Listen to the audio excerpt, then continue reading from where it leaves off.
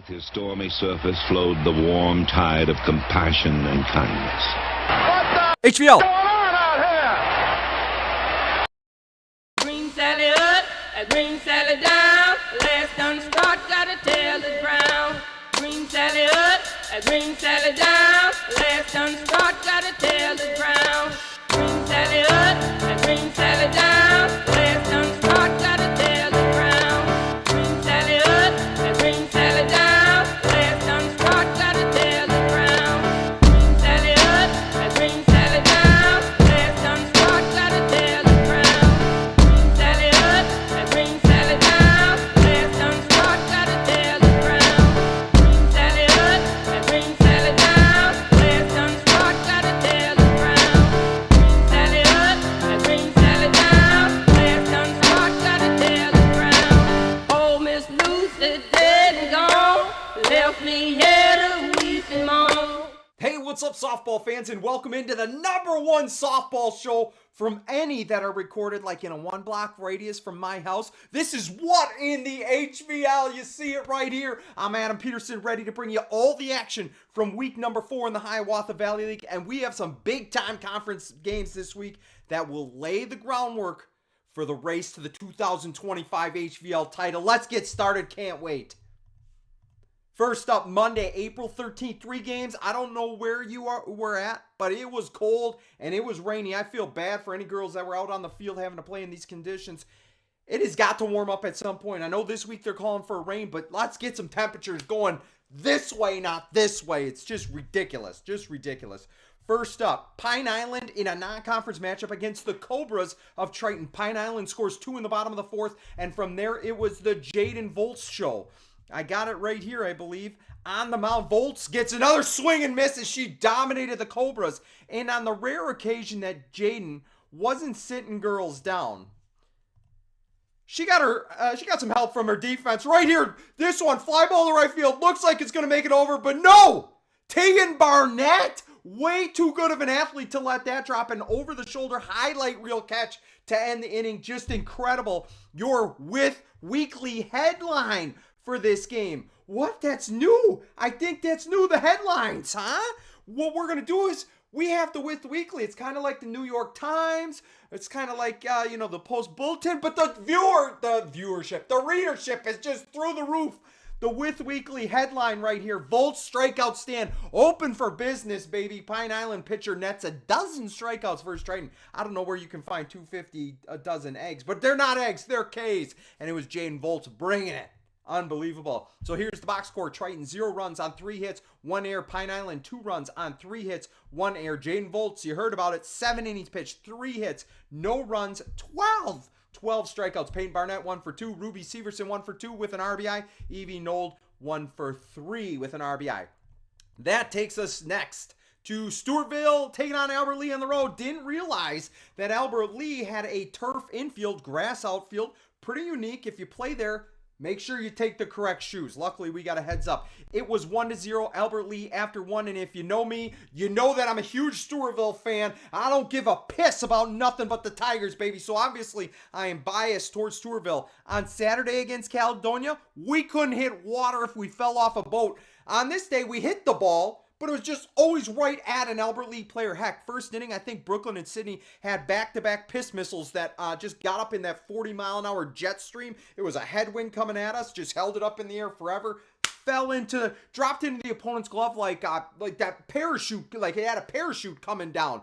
Speaking, like those, little army guys that had parachutes that you'd throw up in the air when I was a kid, and then they'd come down really slowly. Man, we had some cool toys back in the day. I digress. It stayed that way 1-0 until the top of the 7th. First 2 batters, 2 outs, unfortunately, for Stewartville. Then these 2 goofballs here on the team get their rally caps on, and boy, it must have worked. Down to our last out. Then this is the sequence. Air, walk, air, bases now juice. Kaylee Lehrman draws a walk. Brooklyn Peterson works a walk. 2-1 Stewartville, and Ackerman slams the door for a hold your breath, butt cheeks clenched type of win. I don't know if the butt cheeks were clenched because it was so cold or because we were nervous. Either way, Stewartville gets the win. Here's the headline for this game. Eckerman's arm, Lehrman's eyes carry the Tigers. Softball silent assassin strikes again in Arctic conditions. You see her here. She was fantastic, the lefty. For a box score, we got Stewartville 2 runs on only 1 hit. This is what you're thinking? To the Rangers. For the Indians, 1 run on, let's see, 1 hit. That's all we got. 1 goddamn hit. You can't say goddamn on the air. Don't worry, nobody's listening anyway. Classic. Anyway, 2 runs on 1 hit, no errors. Albert Lea, 1 run on 4 hits, 2 errors for the Tigers. In terms of Stewartville, Addie Eckerman, the softball silent assassin, just unbelievable. How she pitches in these conditions, I'll never know. She pitched against Caledonia last year in similar conditions, super windy, super cold. I think she had like 15 strikeouts in that game. This game, 10 strikeouts, 7 innings pitched, 4 hits, only 1 earned run. Shayla Shavasta, our only hit on the day, 1 for 3. And then you heard Kaylee Learman, 3 walks for her. Her eyes, just amazing. Just seeing the ball real well, had an RBI. And then Brooklyn Peterson with that RBI, our freshman shortstop. Now we move Zumbrota-Mazeppa traveling to Ellsworth to take on the Panthers. Scoreless through 3, then back and forth the rest of the way. Ellsworth up 1 after 4. Then ZM scores 2 in the top of the 5th. Ellsworth notches 3 in the bottom half. Now it's 4-2 after 5 innings. ZM scores 1 in the 6th, 1 in the 7th to tie it up, but no! Ellsworth scores 1 in the bottom of the 7th. Just break our hearts. They won this one 5-4. Your headline for this game right here, the Cougars fall. In Cheese Curd, capital of Wisconsin, Addie Kennedy, solid game. Not enough for Zumbrota-Mazeppa. The box score, 4 runs for Zumbrota-Mazeppa. 4 runs on 7 hits, 3 errors. Ellsworth, 5 runs on 8 hits, 1 error. Addie Liffrig, 1 for 3. She had 4 innings pitched, 5 hits, 1 earned run, 2 strikeouts. Addie Kennedy, 2 for 2 with a double and 2 runs scored. Clara Wieland, 1 for 3. Maddie DeGuse, I think that's how you say it. 2 innings pitched, 2 hits, 0 earned runs, 1 strikeout. Crazy. We moved to Tuesday, April 15th. 4 games today, and they were all HVL matchups. And if you're watching this show, you gotta love that. I do. I know I love that. Another non-conference game. You got 4 HVL matchups, but then Triton Lourdes was the 5th non-conference game. But either way, we got a lot of teams in action. Byron at Zumbrota-Mazeppa heading over to Zumbrota-Mazeppa. I believe last week I said it was in Byron. I was wrong. Byron used 2 huge offensive innings. 7 runs in the 4th inning, 6 runs in the 7th inning to win this one by 7. It was a final score of 13-6 Bears. Headlines for this game right here. Byron drops a baker's dozen on ZM Barons and 3 other Bears with multi-hit games. And you know I have them for you. First, Byron, 13 runs on 16 hits, 5 errors for the Bears. Zumbrota-Mazeppa, 6 runs on 5 hits, 3 errors for Byron. Macy Beringer, 3 for 4, 2 RBIs, 2 runs scored. Cadence Firstad, 3 for 5, 2 runs scored. RBI, stolen base for my girl All Day K, first stud. Unbelievable tally. Barron's the lefty, 2 for 5. 3 RBIs, run scored. She got the win on the mound. Also had 10 strikeouts. Berkeley Paulson, 2 for 4. Leah Bendix, 2 for 4 with 2 RBIs. That's 5 girls with multi-hit games. Incredible as Byron put up 16 hits on the game. Emma Bach, 2 for 3 with a double. 3 RBIs for Bach. A run scored. Braylee Peterson, 1 for 4. Addie Kennedy, 1 for 3. A run scored. Addie Liffrig, a 2 run scored for the Cougars. Next up, Cannon Falls headed to Kasson-Mantorville. And when I was talking about games of the week last episode, I don't know how I overlooked this game. One of them, the defending HVL champions against quite possibly the 2025 favorite in the conference in Cannon Falls. This game apparently was as exciting in real life as it looked on paper. Here we got some video. In the top of the 2nd, Avery Rustad hits a solo shot to make it 1-0 Bombers. Rustad racks another run. In the top of the 4th, it was an RBI single. Now 2-0 Cannon Falls. Bottom of the 4th, Emily Olsen with the leadoff double. Brought in on an Alex Hyatt ground out. 2-1 Bombers after 4. Bottom of 6, KM scores 2 on a misplayed fly ball. Now it's 3-2 Comets. Cannon Falls last at bats. Gomes singles on a ground ball to the left side. Run scores tying it up. Then Josie Shoquist couldn't have rolled a more beautiful bunt down the 3rd baseline, putting girls on 1st and 3rd with 2 outs, eventually 2nd and 3rd. An infield pop fly falls to the ground, 2-run score, and Pagel Allie Pagel puts down the Comets in order in the bottom of the 7th, and the Bombers win an absolute thriller in Kasson. 5-3 is the final score in favor of Cannon Falls. Wow, that one had to shave a few years off Coach Templin's life, or at least add a few gray hairs to the top of his head. Incredible game, though. Headline for this one: Cardiac Kids, Cannon Falls win it in the 7th. Pagel and Rustad lead Bombers over KM. They're the two girls that led the Bombers. Cannon Falls, 5 runs, 5 hits, 2 errors. Kasson-Mantorville, 3 runs, 4 hits, 2 errors for them. Cannon Falls, Allie Pagel, 7 innings pitched, 4 hits, 1 earned run, 11 strikeouts. Avery Rustad, you saw her picture, 2 for 2 with a home run, 2 RBIs. Josie Showquist, 1 for 4 with a run scored. Maya Mengi, 1 for 4 with a double. Rihanna Gomes, 1 for 3 with an RBI and a run scored. Kasson-Mantorville, yeah. Emily Olson, 7 innings pitched, 4 hits, 1 earned runs, 11 strikeouts, put her team in a great position to win. She was also 2 for 3, double and a 2-run scored. I mean, pretty much doing almost everything for the Comets. Emily Olson, fantastic. By the way, Emily Olson, I just learned. Let's go back up. Just a junior. Bad news, good news. Bad news for the rest of the HVL conference. Good news for Kasson-Mantorville fans. Just a junior. You got another year to deal with this girl. Incredible she is. Allie Grunke, 1 for 2 with a run scored. Stolen base. Kylie Meyer, 1 for 3. Alex Hyatt had an RBI. And some other pictures sent to us. You got Olson to man there at first base. Kylie Harwood, always want to give credit to our catchers, doing the tough job behind the plate. Good pitchers need good catchers. Love the gear on her. The color matches perfectly with Kasson-Mantorville. I don't know if they were able to buy it that way, but love that nice gear. I think Lola Christensen, we'll see a picture of her. She has some pretty sweet looking gear at catcher for Goodhue. Speaking of Goodhue traveling to Lake City. The Tigers undefeated at 3-0. Each team scores 1 in the first, but Wildcats take the lead in the third with 3 straight singles by Aubrey and Lola Christensen, followed by Kendra Rader. It's 2-1 Goodhue. Goodhue extends the lead to 2 with an RBI single by Emma Voth in the top of the 5th. Lake City scores 2 in the bottom of the 6th to tie it up. We end up heading to extra innings. Bottom of 8, bases juiced for Lake City. 2 outs, and this is what happens. Alana Schmitz up to bat, rips one up the middle, and ends it right there as Lake City is going to win this game.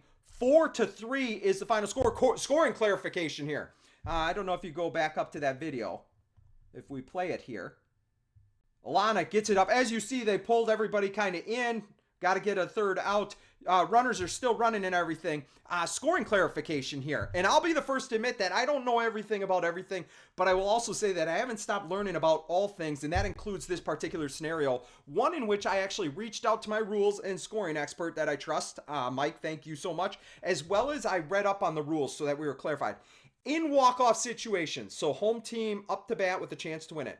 Unless it is an over-the-fence home run or a ground rule double, the game ends as soon as the winning runner crosses the plate. In this case, the first runner, since it was tied 3-3, and that is when all scoring stops and all subsequent runners do not count. It's just, at that point, just bad optics to keep running. I have to give credit where credit's due, though. Coach Christensen nailed this one perfect in his scoring, so hats off to have him in Goodhue. Really appreciate all his help this season. Happy to have him on board with what in the HVL. He wants one of these shirts. I'm not going to call out the person that made it for me, but we got to make one for Scott Christensen. Might need bigger sleeves. I bet he's got bigger guns than I do. But we need to make him one. He's a good guy. But did want to pass along those things that even I learned as we go. Any of you out there who were wondering, RBI single would be the final score.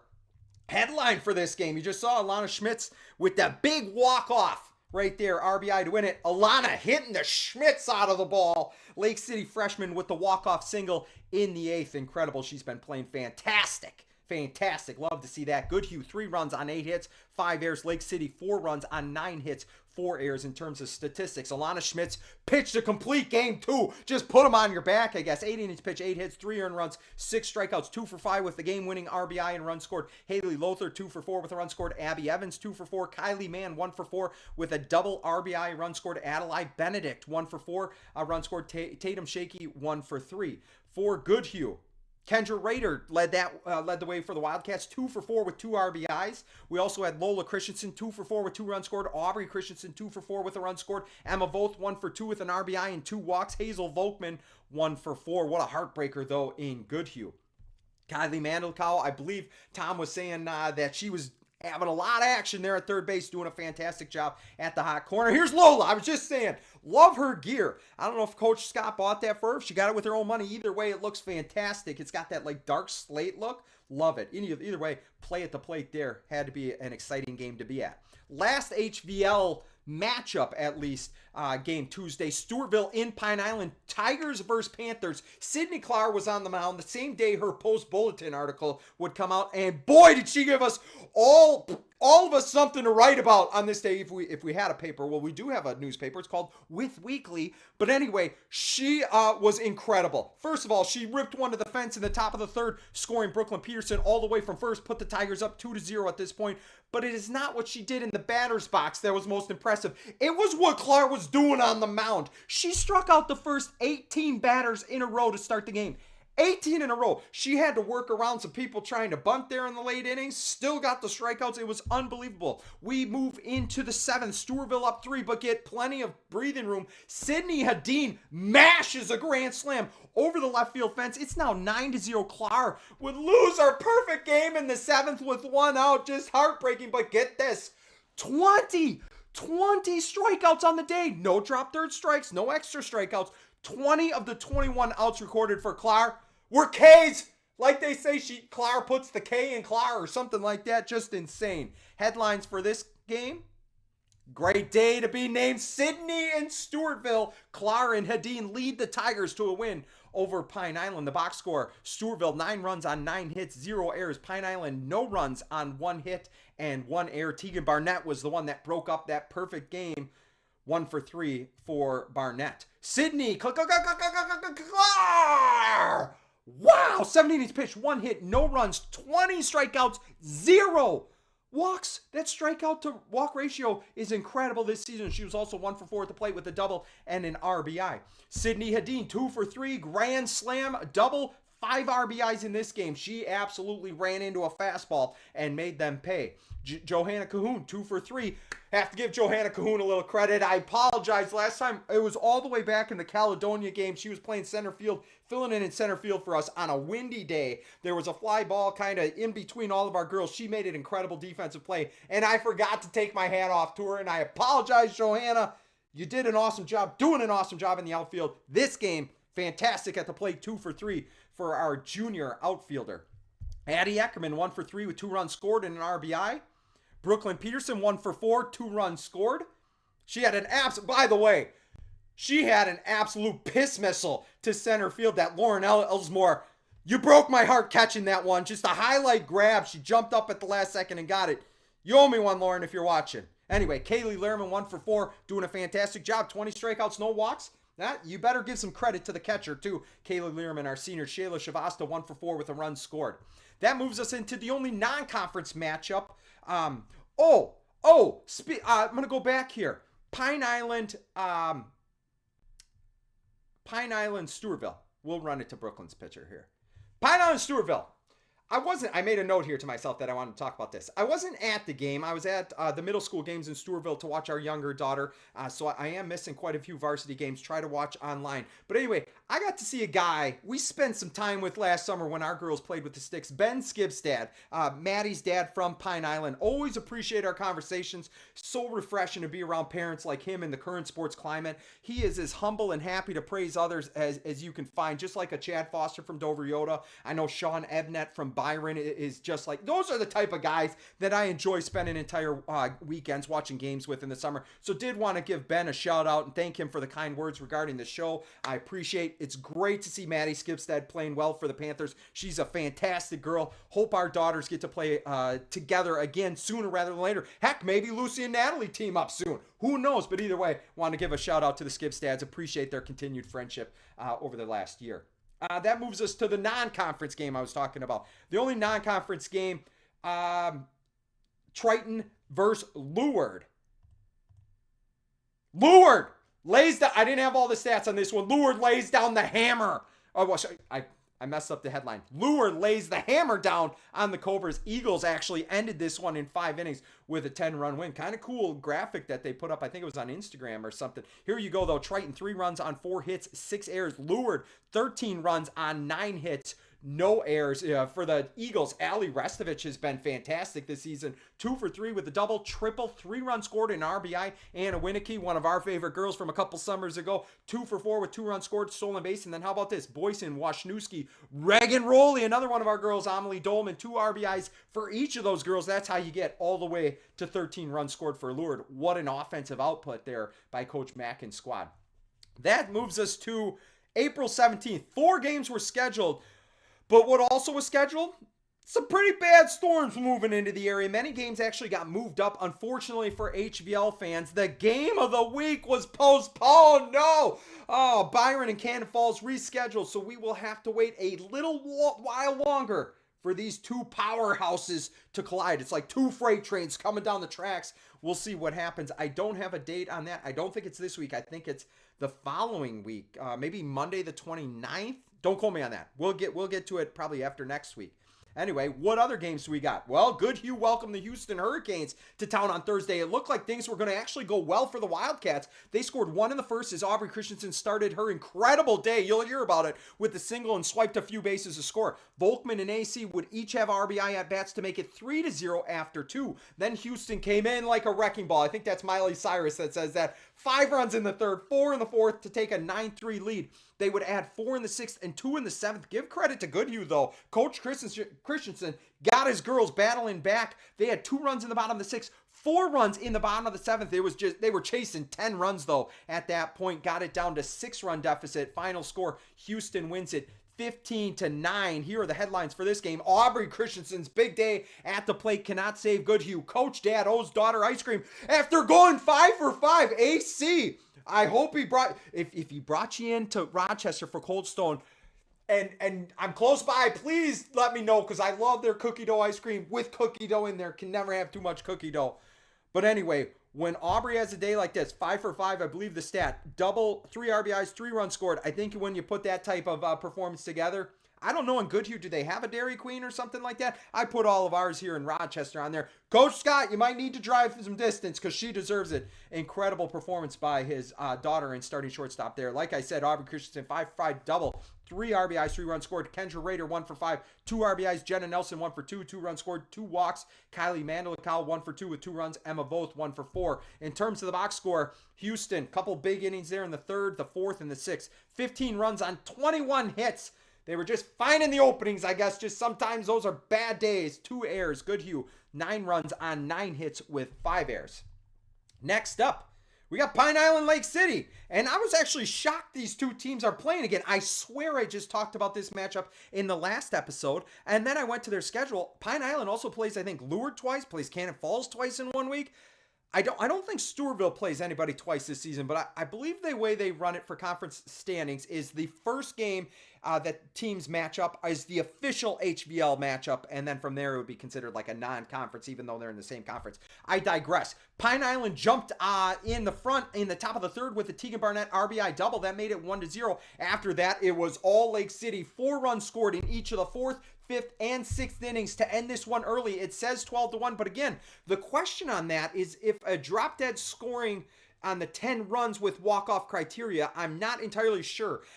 I know with winning a game, we talked about home runs and ground rule doubles. It cuts off with the game-winning run.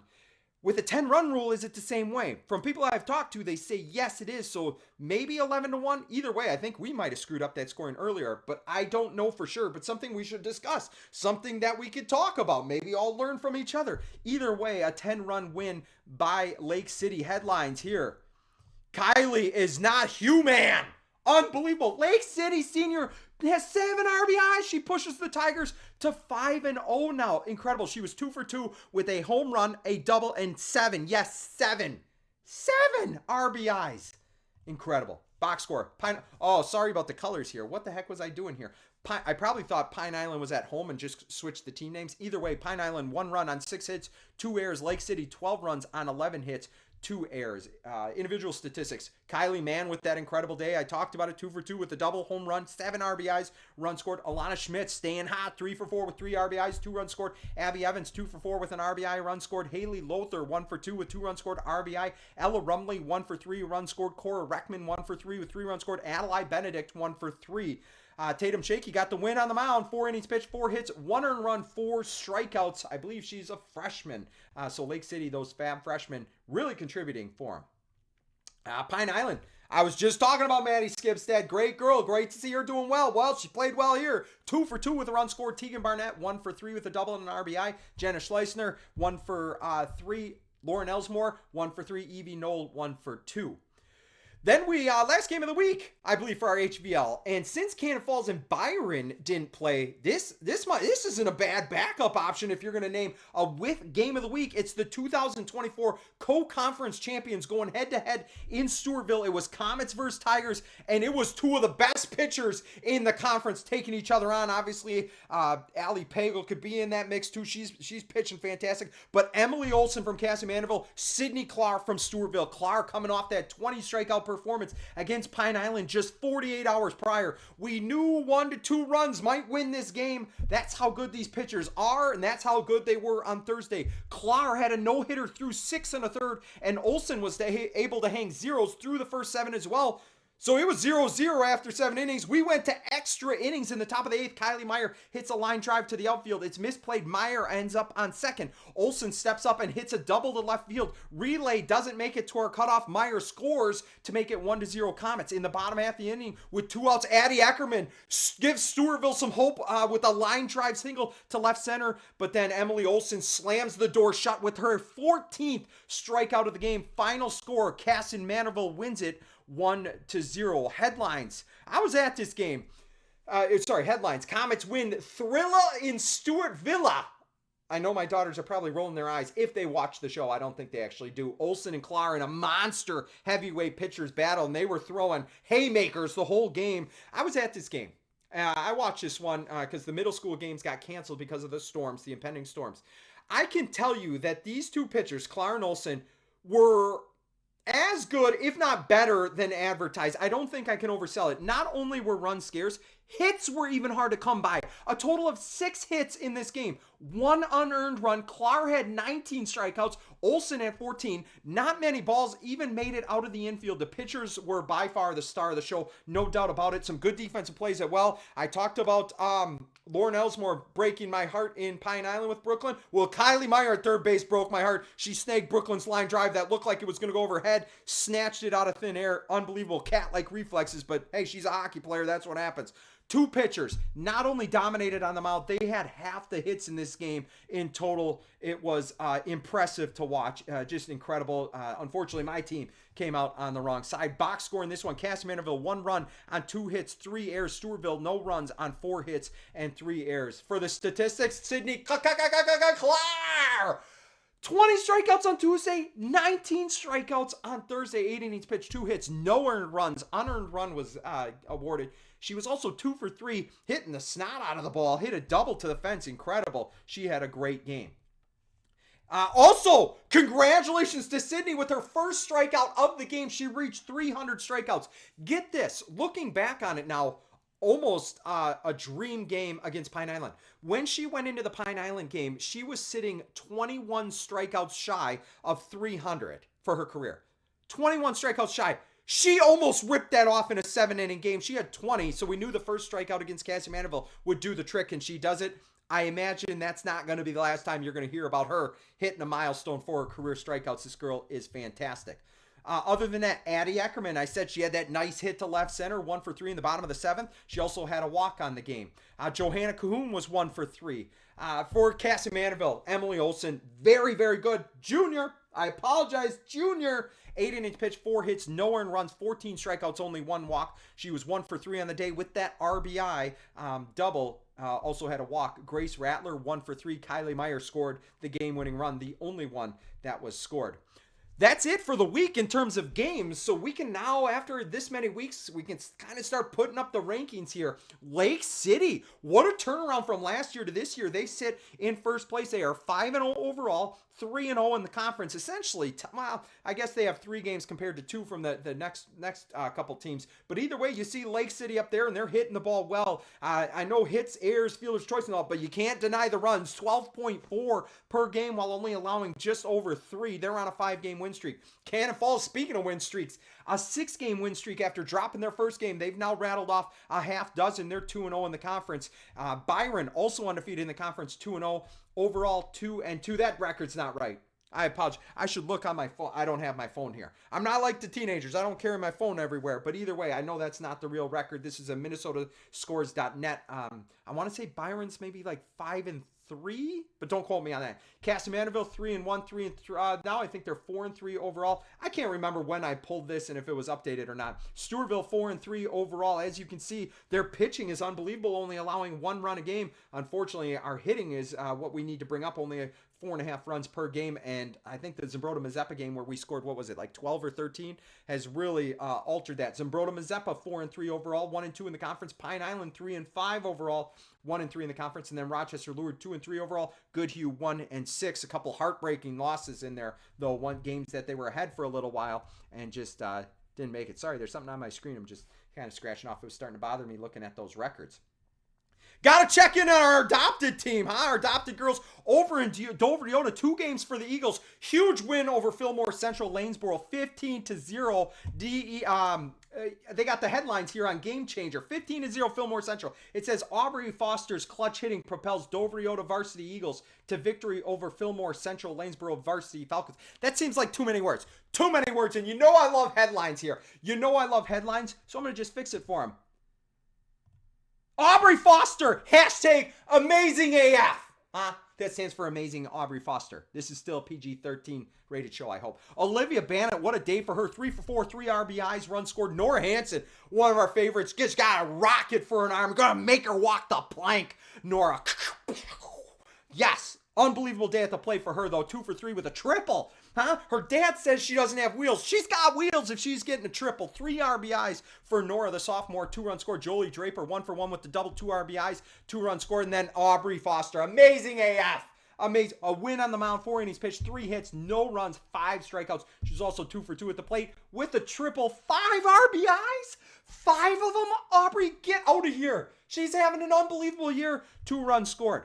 What else do we got? Oh, Dover-Yoda. Well, I spoiled it for you. They took out the Cotta Ramblers as well on Thursday. 13-7 was the final score. A big 7-run second inning was the main difference. If I remember correctly, it was in the second inning. Dover-Yoda moves to 5-1 with a huge matchup Monday against Chatfield at home. That's at 4:30. 28 runs this week for the Eagles. The bats are hot, led by Bannett hitting .550 with 11 runs scored. Foster at .476 with the team leading 11 RBIs. And Howlett hitting .450 with 11 runs and 7 RBIs. Eagles flying high, baby. Eagles flying high. I forgot to run down some of the stats here. Aubrey Foster against Cotter. She got the win on the mound, 7 innings pitched, 8 hits. 4 of those runs were earned, 9 strikeouts. She was also 1 for 4 at the plate with a run scored. Jolie Draper, great week for her, 2 for 3 with a bomb. 3 RBIs, 2 runs scored. Kylie Howlett, 3 for 4, a double, 3 runs scored, 2 RBIs. Olivia Bannett, 2 for 4, 2 RBIs, 2 runs scored. Miranda Palmby, one of our favorite catchers in the TRC, baby, 2 for 4 with an RBI, run scored. Nora Hansen, 1 for 3 with 3 RBIs for our favorite third baseman over there. And a run scored. Dover-Yoda. Some people say, hey, why are you covering Dover-Yoda? I appreciate their support. Got some nice messages. I mean, heck, in the HVL, there's probably like 2 or 3 teams I still haven't heard from. So I'm happy to make them my 10th HVL team. I don't know if we'll cover them next week because the week after, I think they play a lot of HVL teams and we'll check in on them at that time. But did want to give a shout out to all of our Dover-Yoda adopted family over there. We're cheering you on. Added slide here. With hit of the week. Let's bring it up here.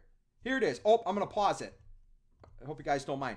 With hit of the week here. We could have had the Alana Schmitz walk-off hit against Goodhue, maybe the home run by Avery Rustad in the Kasson-Mantorville game, which turned out to be huge, the home run by Kylie Mann, the grand slam by Sydney Hedin in Pine Island, but no, this right here is the hit of the week. Down in the 8th grade game, Stewartville versus Albert Lea, Natalie up to the plate. You got to see this. I'm so glad I caught it on video. Wouldn't have believed it if I didn't see it. She crushes it! Hits an absolute missile down the first baseline. RBI single. Wow, incredible. Can you believe that happened? Look at this. Let's play it again. Here comes the pitch. She tries to get out of the way. Got a barrel on it. Good run in there by Sophie Meineke. I thought it was too funny not to show. Anyway, now we're to the What in the HVL Player of the Week honorable mention. First one up is going to be Jaden Volz. She got the win on the mound against Triton. 7 innings pitched, 3 hits, 0 runs. You saw her strikeout stand, a dozen of them she delivered to the Cobras. Addie Eckerman, if you saw her pitch in those extreme conditions, you'd put her on here for a possible with Player of the Week. She got the win on the mound. 7 innings pitched, 4 hits, 1 earned run, 10 strikeouts against Albert Lea. I don't know how she felt her left hand. It was freezing cold. Ali Restovich, she's been hot this season, 2 for 3 with a double, a triple, 3 runs scored in RBI against Triton. Macy Beringer from Byron, 3 for 4 with 2 RBIs, 2 runs scored against Zumbrota-Mazeppa. Who else do we got in the honorable mention category? Well, Allie Pagel. She has been unbelievable this season. She got the win on the mound against Kasson-Mantorville, 7 innings pitched, 4 hits, 1 earned runs, 11 strikeouts. You can't go 5 for 5 in a game and not be on this, right? 5 for 5, incredible. On the week, 7 for 9, a double, 3 RBIs, 4 runs in those 2 games that she played. AC, my girl there, looking dynamite in those sunglasses. Alana Schmitz, 5 for 9 at the plate this week, 4 RBIs, 3 runs in 2 games, 8 innings pitched, 8 hits, 3 earned runs, 6 strikeouts in that Goodhue win. That was a nail biter.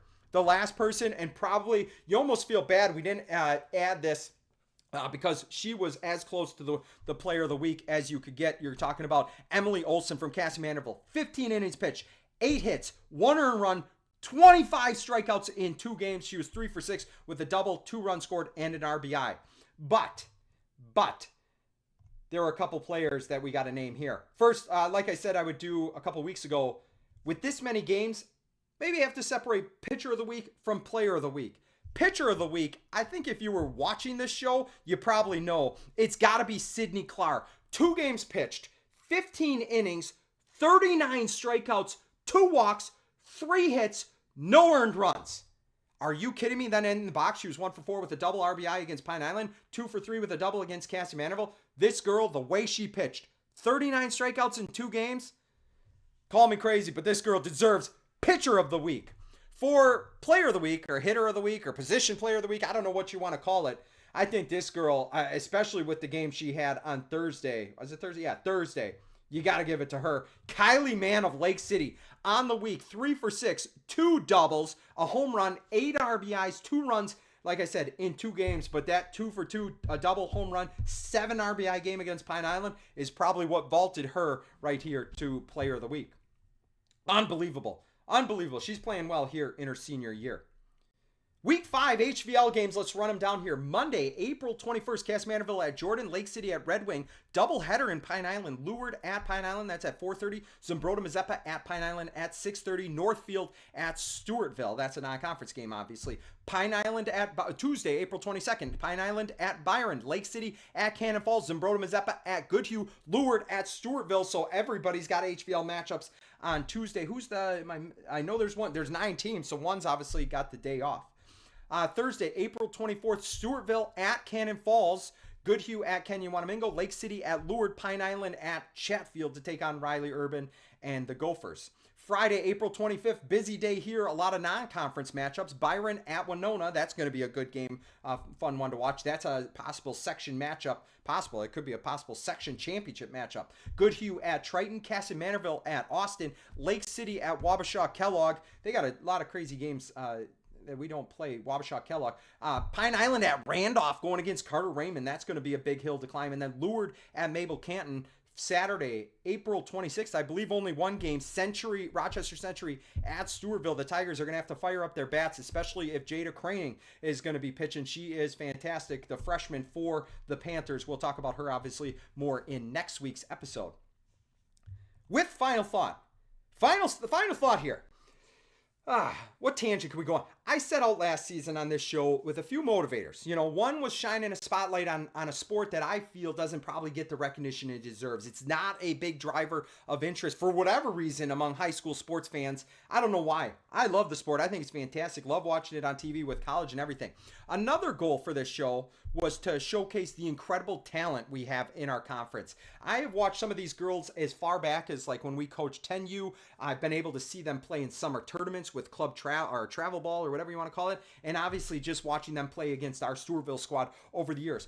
one of the final reasons for the show in hindsight, as I think about it, probably one of the more, ill-conceived goals, if you will, was hoping that we could look past all the years of teams not liking other teams just because of what school the girls go to, to try to reverse this dislike or hatred toward other schools. And I think the thought was that our family has gotten the opportunity to meet some pretty cool girls and pretty cool families over the years with softball that don't attend Stewartville, that don't go to our school. Now, if you've been around some of the people and they aren't the nice from other schools and they aren't the nicest to you or don't treat you the best, I'm okay with you having a different opinion, because at least you aren't judging them based off of solely what school does someone go to, but rather how they are as a person, which is what I would want people to judge others on. I was hopeful, like with this show, by focusing on positive performances, even in a loss, find that silver lining rather than even bring out any negatives. Show that each team goes through so many similar journeys through the season. I mean, the ups, the downs, the team bonding like team meals or maybe team gatherings, the close games, whether it's heartbreaker, whatever side you're on, the rough stretches, the crazy busy schedules with, your schoolwork, your games, your practices, other things that you're involved in. The fun that you get to have with your teammates. I was hoping that showing all these teams that you go through similar journeys, that maybe, just maybe, there could be a change in attitudes towards other schools. Call me hopeful, call me ambitious, probably call me a little bit ignorant, I don't know, but for some stupid reason, I thought we could do that. Something I said last season, we'll repeat it because I think it has some value here, and one of my favorite analogies. If you paid attention on season 1, you've already heard it. And it's when I say to have the tallest building in the city, you can achieve that 2 ways. You can either build yours up as much as possible, or you can try to tear the others down that are around you to make yours look taller.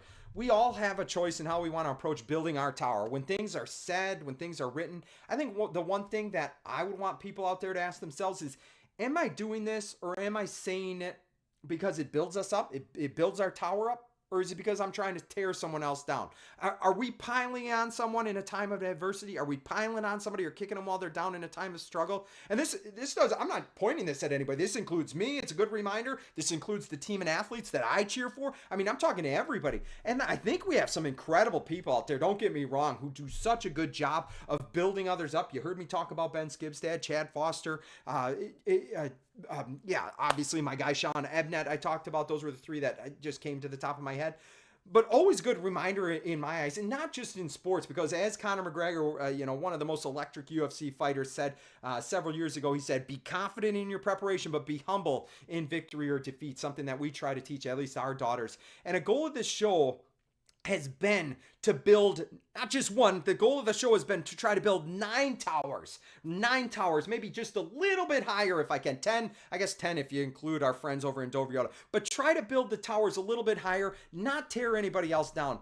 I'm guessing I probably say some stupid things over the course of an episode. It's not always easy to catch those when you're talking freely like I am right now. So I'm not perfect either. Not even close. Probably said some stupid things, and I apologize for that. But looking back on the last 16 episodes of What in the HVL, I don't know how many floors I've been able to add to each of our HVL teams, or maybe to the players themselves, but I hope you see that each week I'm bringing my hard hat, I'm bringing my snap-on tools that my older brother got me, I'm bringing my toolbox, optimistic that maybe something that we highlight or someone we talk about will make either a player or a team or a parent or a coach's day just a little bit better. Maybe enhance their building just a little bit loftier, right? That's the goal. I don't know if that makes any sense to you guys, or maybe this is what you're thinking right now after I just rambled on. What you just said is one of the most insanely idiotic things I have ever heard. At no point in your rambling, incoherent response were you even close to anything that could be considered a rational thought. Everyone in this room is now dumber for having listened to it. I award you no points, and may God have mercy on your soul. Okay, a simple wrong would have done just fine, but you remain... Simple wrong would have done. Oh, what do we got here? Hey, maybe you think that. I don't know. Maybe you're now dumber for having listened to me. Either way, Kaylee, huh? Who's your favorite softball host here? Kaylee, tell me who's your favorite softball host, right? Hey, oh, this way. Huh? This guy. Thanks, Kaylee, huh? Hold on, this guy right here, huh?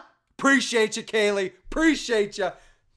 Love it. Love it. Must be your favorite softball show host. Maybe the only one. I don't know. Either way, that's all I got for you this week. Thanks to all of you for tuning in. We are about halfway through the season already, which is crazy to think about. The next few weeks get extremely busy for our HVL teams. I'll try to keep you up to date on everything happening in our favorite Minnesota softball conference and the incredible players that we have on the field. I think that's going to do it, though. Episode number 6 in season number 2 is in the books. And remember, I hope when something crazy occurs on the softball field, maybe you don't say it out loud. Maybe just it's in the back of the mind. You start thinking, what in the HVL just happened? Huh? Or how in the HVL did she just do that? Incredible. It's fun to watch these girls.